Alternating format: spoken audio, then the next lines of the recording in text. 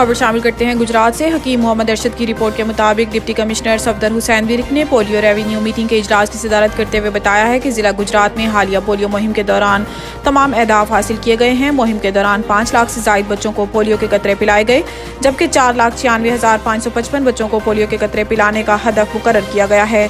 Polio मुहिम की कामयाबी पर तमाम लाई डिपार्टमेंट के अफसरान व एहलकारों की खिदमत काबिल तहसीन। Additional deputy commissioner general Afzal Hayat Tarar, assistant commissioner Haider Abbas, Zohaib Mumtaz, Mohammad Akmal, CEO health doctor Naeem Akhtar Janjua इस मौके पर मौजूद।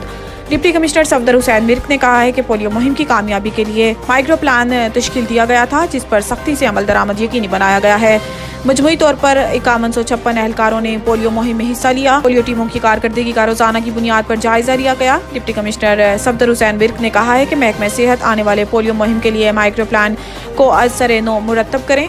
पोलियो से बचाव का वाहिद हल 5 साल से कम उम्र बच्चों को हर बार पोलियो वैक्सीन के कतरे लाजमी पिलाए जाएं। अब तक के लिए इतना ही। मजीद खबरों से बाखबर रहने के लिए विजिट करें हमारी वेबसाइट readnews.pk।